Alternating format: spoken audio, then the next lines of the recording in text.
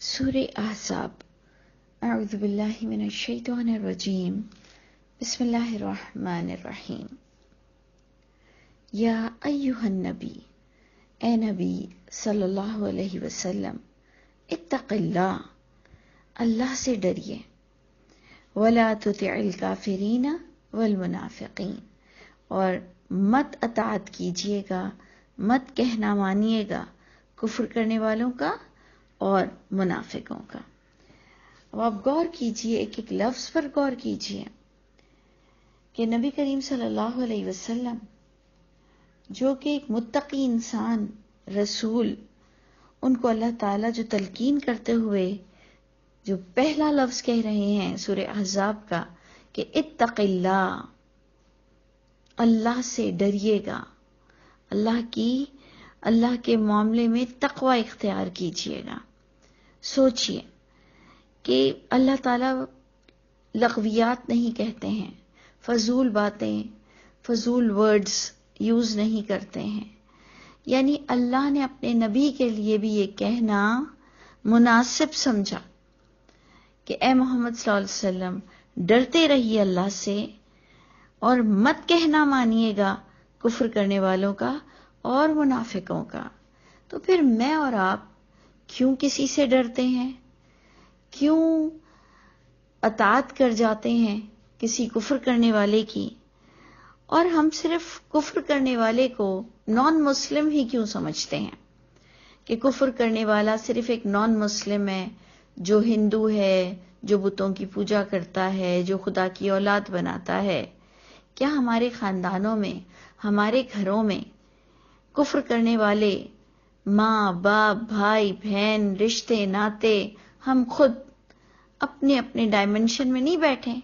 کوئی پردے کا انکار کر رہا ہے، تو کوئی ولگر موویز دیکھ رہا ہے، تو کوئی دکھانے پر بھی تلا ہوا ہے کہ میرے ساتھ بیٹھ کر دیکھو، تو کوئی شراب نوشی کر رہا ہے، تو کوئی حرام کمائی لا رہا ہے، خود بھی کھاتا ہے، بیوی بچوں کو بھی کھلاتا ہے۔ بیویاں آپ دیکھیں کس طرح سے بے حیائی کرتی ہیں، بے پردگی کرتی ہیں، جھوٹ بولتی ہیں، لڑتی ہیں، کیا کچھ نہیں ہوتا ہے ہمارے یہاں۔ تو کیا یہ کفر نہیں کہلائے گا؟ کیا یہ کفر کرنا ہمارے لیے الاؤ ہوگا کہ ایک مسلمان جو آپ سے کفر کروائے آپ کے گھر میں، یا میں خود کسی چیز پر اڑی رہوں کفر پر، تو کیا یہ اس ڈائمنشن میں ہم اپنے لیے آیت نہیں لیں گے؟ جو محمد صلی اللہ علیہ وسلم کو حکم آیا کہ اللہ سے ڈرو، اللہ سے ڈرنے کا مطلب کیا ہے کہ کسی منافق، کسی کفر کرنے والے کی اطاعت نہیں کرنی ہے، چاہے وہ تمہارے گھر میں مسلمان کی شکل میں ہو، یا چاہے کہ وہ لٹرلی جن کو تم کافر کہتے ہو، وہ اگر تمہیں کسی بھی غلط کام پر اکساتا ہے، کسی کا بھی کہنا نہیں ماننا، نو کمپرومائز، کسی طرح بھی کوئی کمپرومائز نہیں کر سکتے ہیں۔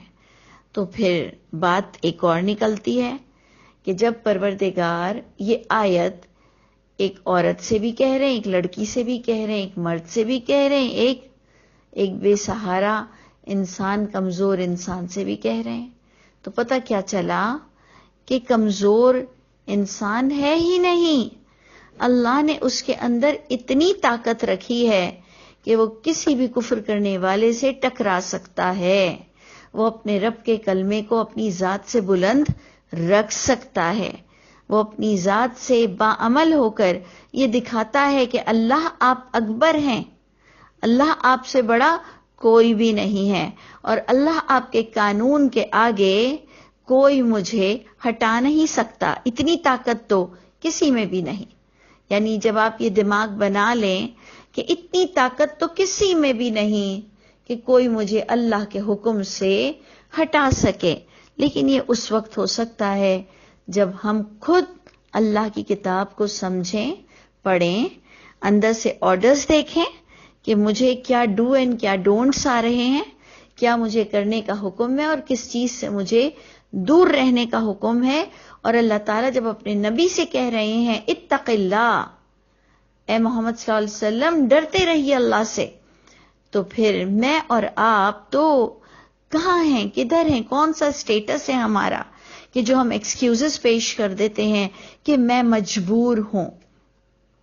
ہماری ڈکشنری سے مجبوری کا لفظ تو ہٹ ہی جانا چاہیے. پھر اللہ بھی فرماتے ہیں کہ بے شک میں شفیق ہوں اپنے بندوں پر. اللہ تعالیٰ نے یہ آرڈرز ہمیں پامال کرنے کے لیے نہیں دیے. اللہ نے جو ہمیں کہا کہ کفر کرنے والوں کی اور منافقوں کی بالکل کہنا نہ ماننا، اب چاہے وہ آپ کے آگے جھوٹی حدیثیں پیش کر دیں، چاہے محمد صلی اللہ علیہ وسلم کے برانڈ کو یوز کریں، یا چاہے اپنی نفس کے خاطر آپ کو گناہ پر اکسائیں، یہ تہیا کر لیا ہے ایک مومن نے کہ میں کسی کی نہیں سن سکتا اگر وہ قرآن کے خلاف ہے. لیکن اللہ ہمیں ایسا مومن بنا دے. کم از کم بڑی زبردست آیت ہے. اللہ آپ کو آپ کی طاقت کا اندازہ بتاتے ہیں کہ آپ کتنے پاورفل ہو اور آپ کتنے گریٹ ہو اور آپ جنت کے لیے پیدا ہوئے ہو، اور یہ کتاب آپ کی رہنمائی کرے گی اور اس کے وعدے بالکل سچے ہیں. تو آپ نے دیکھا کافر اور منافق دونوں کو اللہ تعالیٰ نے ایک لیول پر لا کر کھڑا کر دیا کہ ان کی اطاعت بالکل مت کرنا اللہ کے قانون کے خلاف. ان اللہ کان علیما حکیما، بے شک اللہ تعالیٰ کو ہر چیز کا علم ہے کہ اللہ نے تمہیں کتنے پاورز دیے ہیں، کتنی بہترین کتاب دی ہے اور کیا حکم دیا ہے. اور اب تمہاری محبت کا اندازہ اللہ تعالیٰ دیکھیں گے کہ اللہ تعالیٰ جو فرماتے ہیں کہ والذین آمنوا اشد حبا للہ، کہ جو ایمان والا ہے وہ بہت شدید ہوتا ہے اپنے رب کی محبت میں. تو یہ انشاءاللہ اللہ تعالیٰ ہم سے کر کر دکھائے، عبرت ہونے سے بھی بچا لے اور ہمارے لیے عافیت اور آسانیاں فرمائے. بے شک وہ شفیق ہے اپنے بندوں کے ساتھ. اور لازماً جب ہم یہ آیت کہتے ہیں، جب یہ ہم پڑھتے ہیں کہ لا یکلف اللہ نفسا الا وسعہا، اللہ تو تکلیف ہی نہیں دیتے ہیں انسان کو اس کی نفس سے زیادہ، اس کی وسعت سے زیادہ. اس کی نفس پر اللہ نے کبھی کوئی تکلیف ہی نہیں رکھی. انسان کو اتنے ہی آرڈرز دیے گئے ہیں جو وہ ریزسٹ کر سکتا ہے. تو اللہ تعالیٰ مجھ کو اور آپ کو نیک بنا دے اور بعمل کر دے. سیکنڈ پوائنٹ کو دیکھیے، وَاتَّبِعْ مَا يُوحَىٰ إِلَيْكَ، اور اے محمد صلی اللہ علیہ وسلم آپ کو اتباع کرنی ہے جو وحی ہوئی ہے آپ کی طرف. تو لازماً جو محمد صلی اللہ علیہ وسلم کو اتباع کرنی ہے، مجھے بھی وہی اتباع کرنی ہے. ایسا کہیں نہیں ہے کہ محمد صلی اللہ علیہ وسلم صرف قرآن کی اتباع کریں گے اور میں قرآن کے ساتھ 6 کتابوں کی اتباع کروں گی. ایسا کہیں سے ثابت نہیں ہو رہا ہے. مت دوسروں کو الجھائیں، مت اس دین کو کمزور کریں، مت ایک مسلمان پر اتنا برڈن ڈالیں کہ وہ اس کتاب سے بھی چلا جائے.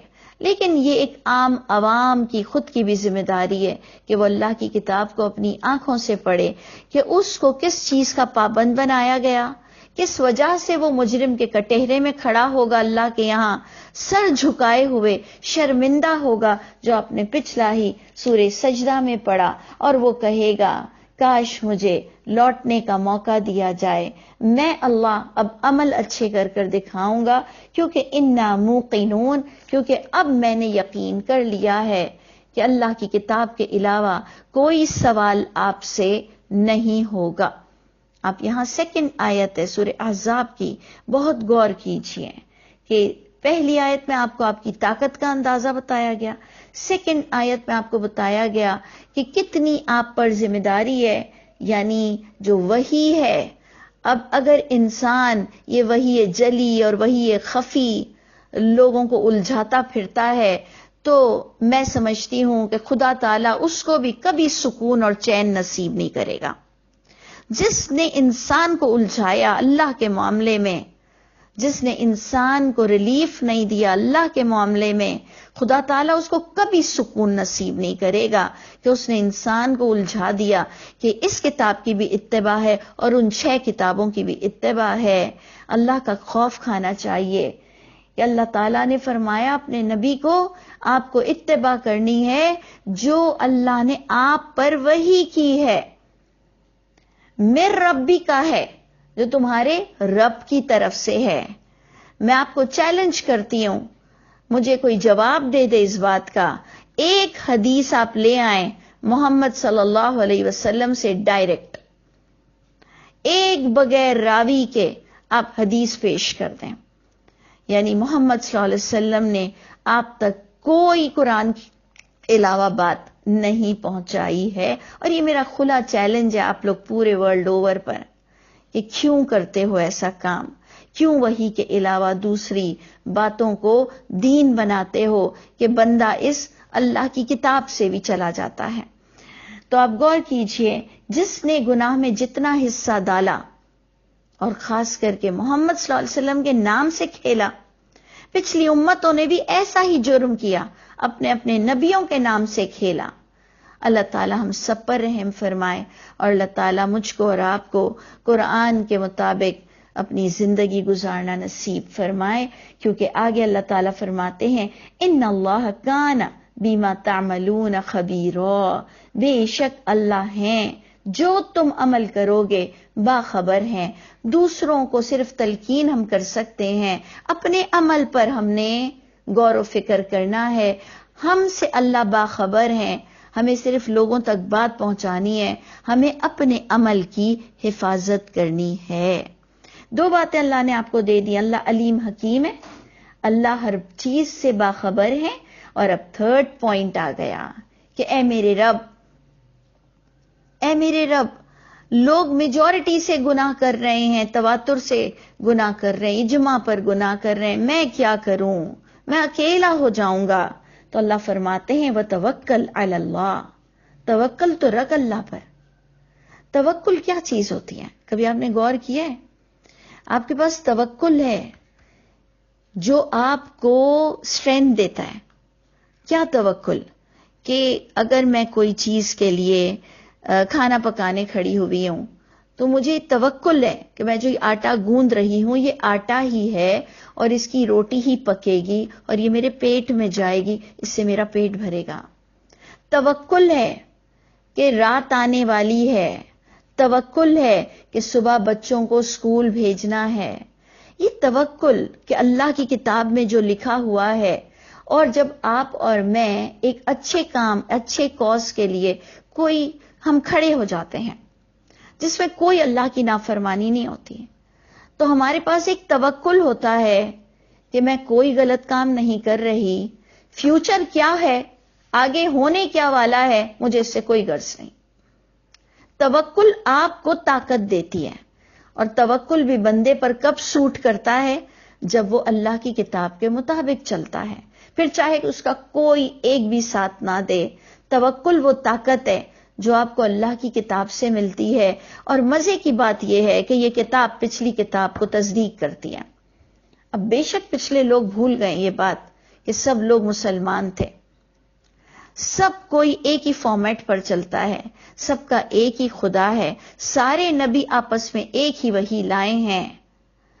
اللہ تعالی ہم سب کو یہ اتنی مضبوط بات کو سمجھا دے۔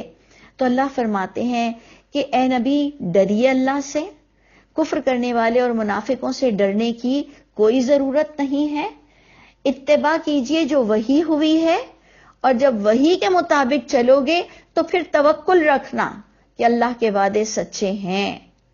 ہم قرآن کو خود اپنی آنکھوں سے پڑھتے نہیں ہیں، جس سے ہمارے اندر توکل ڈیولپ نہیں ہوتا۔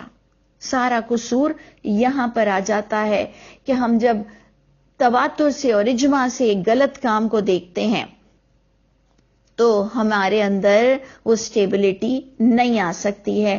آپ سورہ احزاب کے سٹیپس دیکھیے کہ اللہ فرماتے ہیں اللہ پر توکل رکھو جب وحی کی اتباع کرتے ہو تو، اور پھر فورتھ پوائنٹ آیا وَكَفَى بِاللَّهِ وَكِيلًا، اللہ ہی وکیل کے لحاظ سے کافی ہیں، تمہیں کسی اور وکیل کو ہائر نہیں کرنا پڑے گا، اور نہ ہی کوئی وکیل کوئی اور ایگزسٹ کرے گا قیامت کے دن۔ اگر یہ ہم عقیدہ اپنے اندر لے آئیں کہ شرک کس کو کہتے ہیں، تو یہ اتنا بڑا شرک ہے کہ جب ہم کہتے ہیں کہ نبی شفاعت کر دیں گے، نبی وکیل ہوں گے اور حافظ قرآن وکیل ہوں گے یا شفاعت کر دیں گے، ایکچولی بہت تھن لائن ہے. اگر آپ غور کریں تو وکالت اور شفاعت اس کے درمیان ایک بہت ہی تھن لائن ہے. اگر آپ بہت غور سے یہ دونوں لفظ کو غور کریں تقریباً سملر ہیں. اور جس نے اس کا عقیدہ رکھا کہ اللہ کے علاوہ کوئی اور وکیل اور کوئی اور بھی شفاعت کر سکتا ہے، اسے اپنے ایمان کو چیک کرنا چاہیے، کیونکہ اللہ تعالیٰ نے آج یہاں بھی آپ کو کہہ دیا وَكَفَى بِاللَّهِ وَكِيلًا، اللہ کافی ہیں وکالت کے بھی لحاظ سے. اور وکیل کیا کرتا ہے کہ بات کو بالکل سچائی کے ساتھ بیان کرتا ہے. تو آپ دیکھ لیجئے کہ وہی لکھا ہوا ہوگا جو آپ نے اور میں نے عمل کیے ہوں گے، اور پھر پروردگار ہی وکیل ہیں، پھر پروردگار ہی جج ہیں. کوئی ایگزامپلز نہ دیا کریں دنیا کی. اللہ تعالیٰ فرماتے ہیں لَيْسَ كَمِثْلِهِ شَيْءٌ، اللہ کے مانند کوئی بھی نہیں ہوتا. تم فضول ایگزامپلز مت دیا کرو کہ جی تم ڈاکٹر کے پاس کیوں جاتے ہو اور تم اپنی پلین خود کیوں نہیں چلا لیتے ہو، اور تم کوئی ٹیکنیکل جو پرابلمز ہوتی ہیں وہ خود کیوں نہیں ٹھیک کر لیتے ہو، اور ہر معاملے میں خود کیوں نہیں سلجھا لیتے ہو. تو قرآن کو بھی علماء سے ہی سمجھنا پڑے گا. ٹھیک ہے، علماء سے ڈسکس کر سکتے ہیں. ڈیسیشن پاور آپ کے ہاتھ میں ہے، کیونکہ آپ کو نہ ڈاکٹر بننا فرض ہے، نہ پائلٹ بننا فرض ہے، نہ انجینئر بننا فرض ہے. آپ کو مومن بننا فرض ہے. آپ کو اللہ کے گھر اس کتاب کے بارے میں جواب دینا فرض ہے. آپ کی 1-to-1 اللہ سے ملاقات ہونے والی ہے کہ تم نے اللہ کی کتاب کو کتنا سمجھا اور وحی کی اتباع کتنی کی. تو آپ دیکھیں بڑی خوبصورت، بڑی ہی زبردست آیت ہے جو کہ اگر ہم چاہیں تو ہماری زندگی کو تبدیل کر سکتی ہے. اللہ تعالی ہم سب کے حامی و ناصر ہوں.